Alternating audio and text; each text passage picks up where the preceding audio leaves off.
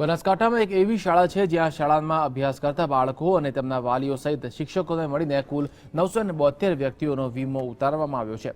પાલનપુરમાં આવેલી શક્તિ વિદ્યાલયમાં દાતા હર્ષદનભાઈ એ 10 કરોડ રૂપિયાના વીમા કવચ સુરક્ષા આ સ્કૂલને પૂરું પાડ્યું છે। હર્ષવર્ધનભાઈએ ગરીબ બાળકોને આર્થિક તંગી અથવા કોઈ બીમારીના કારણે શાળા ન છોડવી પડે તેવા ઉમદા હેતુથી આ પ્રયાસ હાથ ધર્યો છે। શાળાના મોટાભાગના બાળકો ગરીબ અને મધ્યમ વર્ગના છે। તેમના ઘરમાં કામ કરનારા એક વ્યક્તિ હોય છે અને ખાનારા 6 વ્યક્તિ હોય છે। તેવી સ્થિતિમાં જીવતા પરિવારના બાળકો આ શાળામાં અભ્યાસ કરે છે। તેમના પિતા કે માતા છૂટક મજૂરી કે અન્ય સામાન્ય કામ કરી મહા મુસીબતે બાળકોને ભણાવતા હોય છે।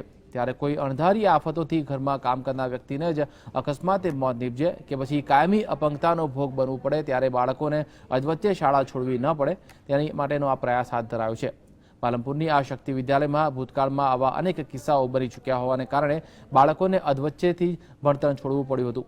બસ આ જ સ્થિતિને ધ્યાને લઈને પાલનપુરના હર્ષવર્ધનભાઈએ આ પગલું લીધું છે।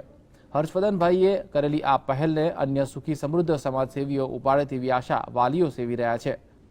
તે વિદ્યાલય જામપુરા પાલનપુરમાં આવેલી છે।